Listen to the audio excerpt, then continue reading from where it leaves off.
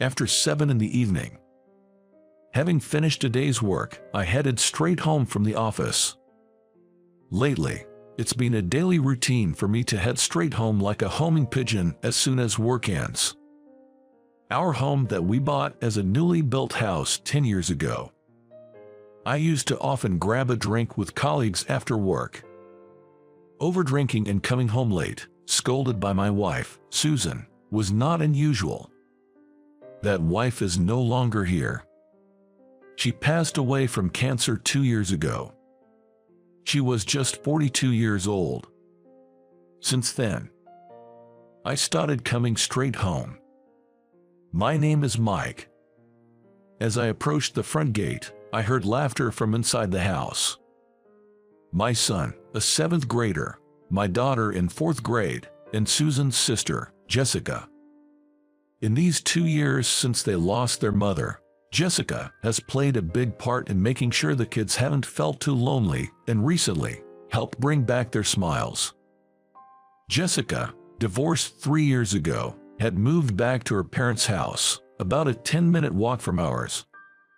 Since Susan's passing, she has been visiting us every day, helping with cooking, cleaning, and laundry, taking care of us, me and children. What was all the commotion about? I could hear loud laughter all the way outside.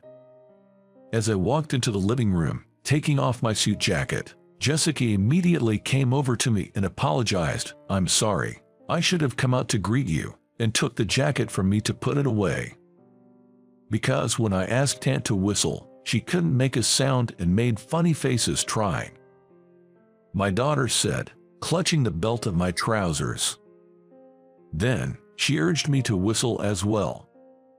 Me, I can't blow. I tried but couldn't do it properly. Even after the kids retreated to their rooms, Jessica didn't leave. She began mending the children's clothes using the sewing machine Susan had bought. It's silly doing this nowadays, isn't it? We could just buy new ones. I checked on her, and she said that. "But I want to do something for them," Jessica said, and picked up my cardigan with holes in it, which I was already going to throw away. Look, this one too." I watched her with mixed feelings. "Nice sewing machine. Is it one of the newer models?" "Yes, probably," I replied. Susan bought it because she thought even she, who wasn't good at sewing, could use it. With this, she said, she could mend various things. But soon after the sewing machine arrived, Susan fell and never got to use it herself. It was during our son's school sports day. Our son came last in the 100-meter run.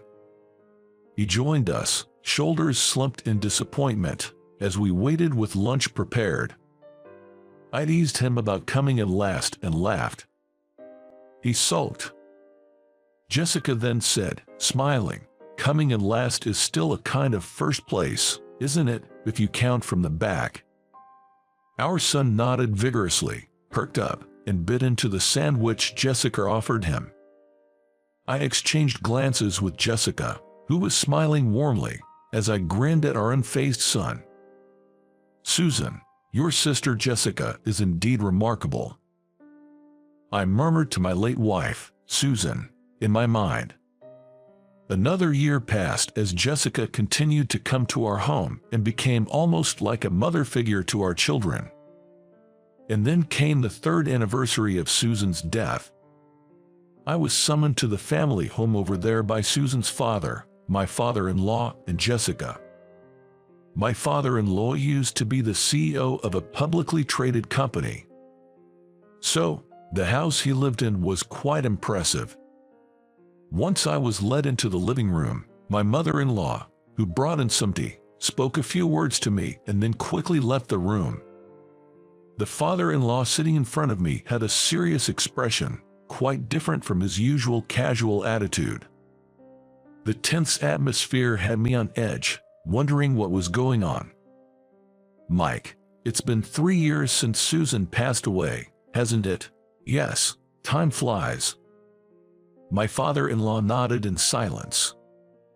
I've been depending on Jessica ever since, and I feel so guilty for relying on her so much." As I bowed my head, my father-in-law leaned forward. "Is Jessica of any help at all?" I honestly replied that not only was she of help, she had taken over all the household chores, and it was all thanks to her that the kids hadn't felt lonely. "And you? What do you think of Jessica?" "I'm of course grateful. No matter how much I thank her, it doesn't seem enough." "Just grateful, huh?"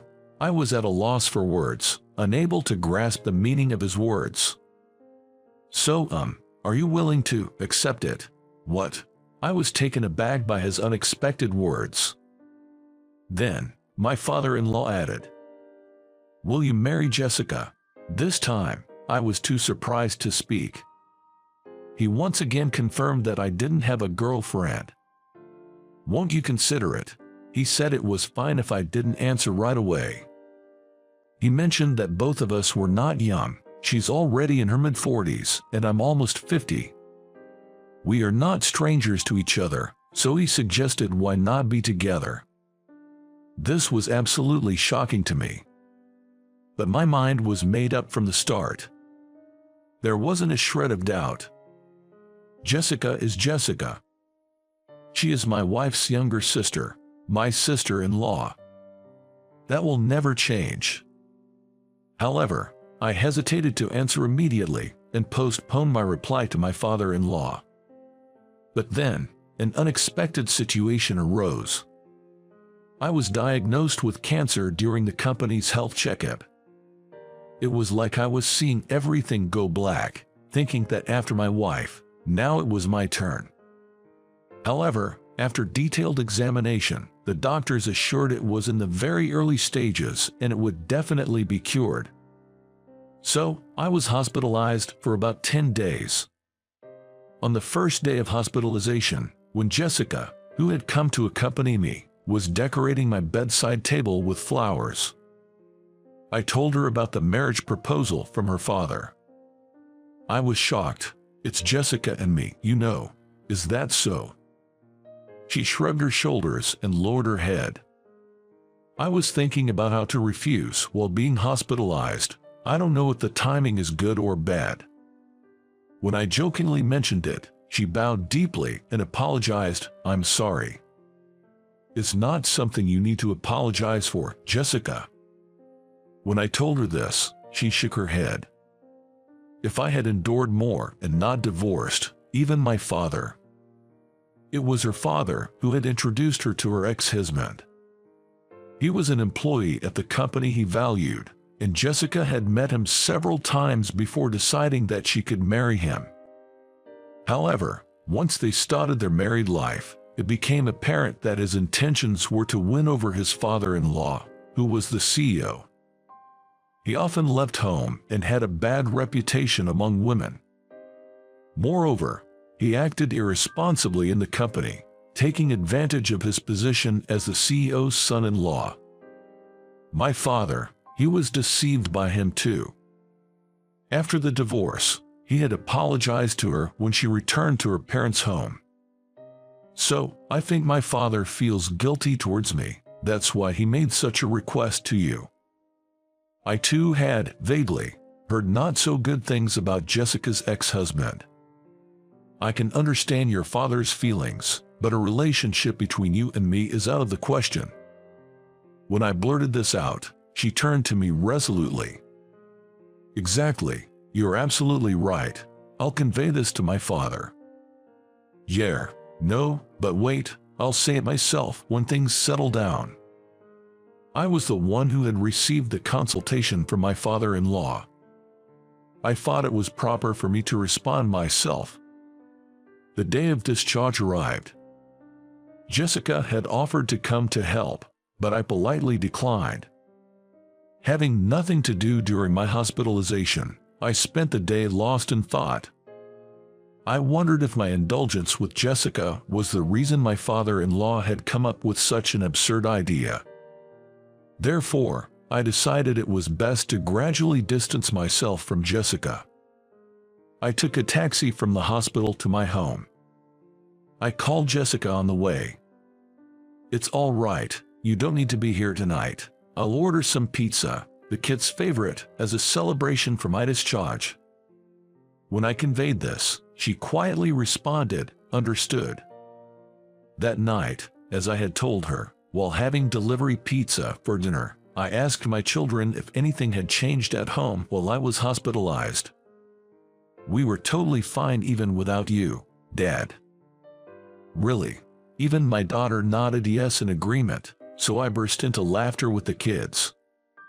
I could tell that both my son and my daughter were genuinely happy that I had returned safely.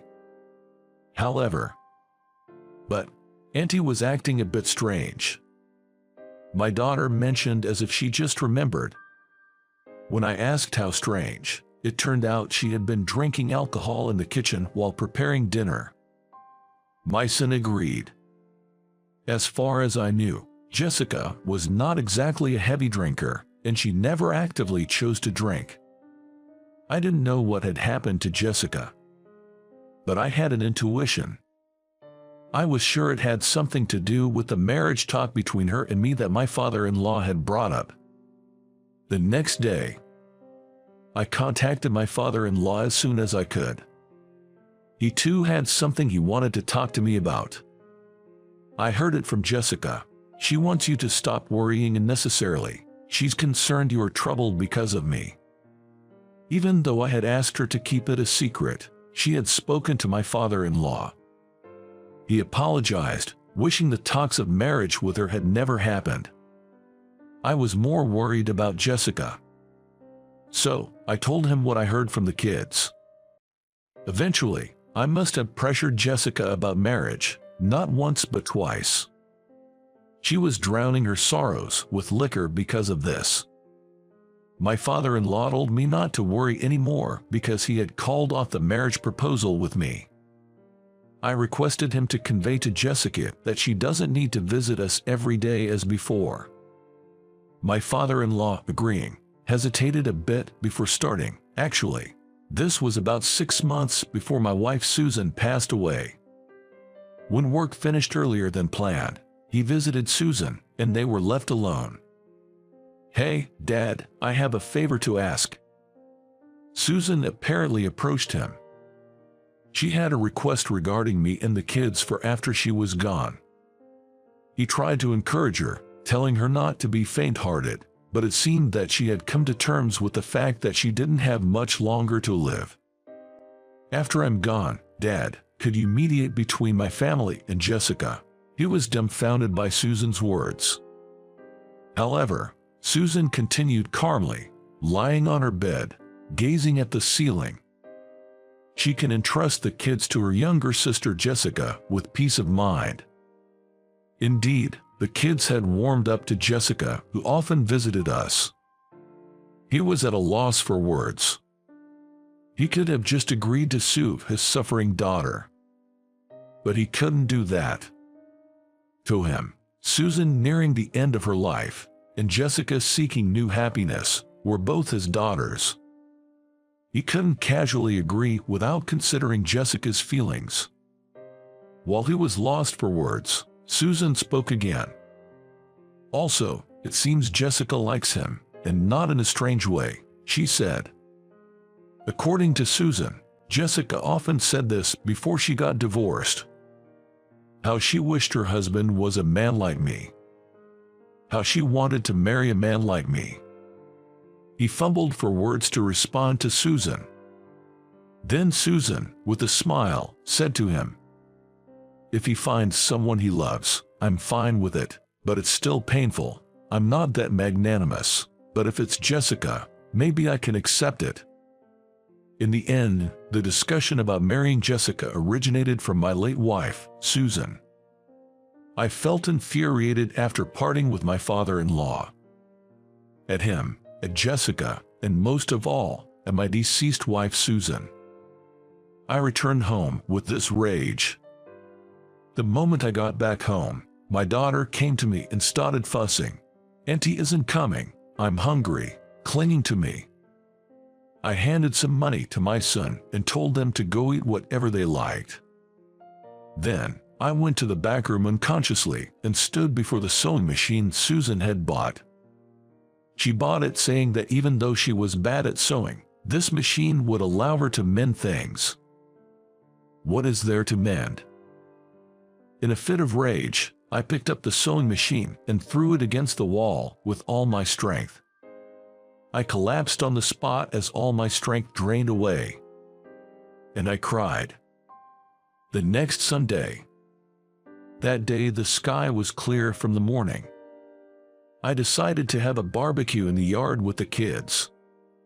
The three of us went to the supermarket for groceries. When we were coming back, reaching our house, Jessica was standing at the gate. Seeing her, my daughter ran towards her immediately. My son stayed beside me, looking shy and awkward. "I'm here," she said in a soft voice. I nodded and invited her inside. The kids were absorbed in the barbecue. Jessica and I sat on the porch, watching them.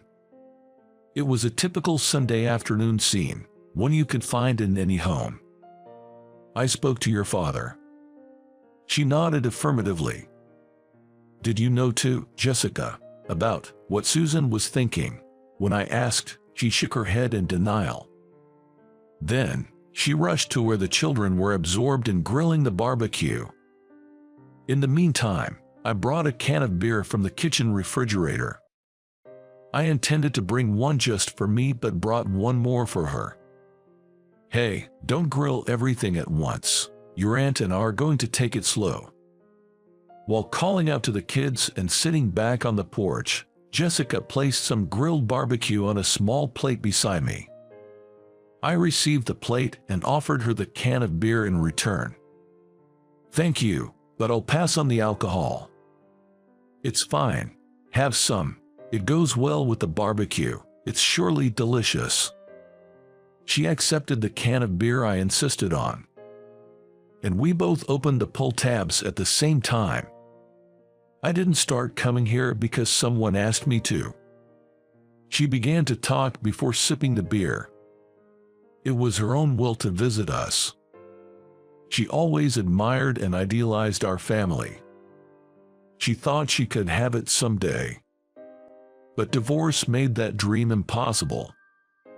"I wanted a family like yours," she continued with a sigh. "So I went to your house just to fill the hole in my heart after my divorce, just for myself," she said and gulped down the beer. After that, she visited our house several times a month and helped with household chores and the kids. But we rarely had the chance to meet in person. Strangely, a feeling of loneliness started to grow in my heart when I couldn't meet her. "That's right, you said this would patch up various things." In front of the sewing machine left thrown against the wall in anger the other night, I talked to my wife, Susan. "Like mending with this sewing machine, were you trying to patch up the hole that could appear in me and the kids after you were gone? There's no need for such worry anymore." I bowed my head with gratitude towards the sewing machine lying against the wall, and to my wife, who I believed was watching over somewhere. Then, I plucked up the courage and called her. And I thanked Jessica again for all the time she had spent filling in for Susan, who had passed away. But let's stop this, all right? Such things. "Why, am I a bother?" she uttered in a flustered voice. "No, it's not that. So first off, let's drop the brother, okay?" She fell silent. "I'll stop calling you Jessica too. Let's start with Jess at first. So, can you call me by my first name, too?" While I was nervously waiting for her reply, she responded, "All right, Mike."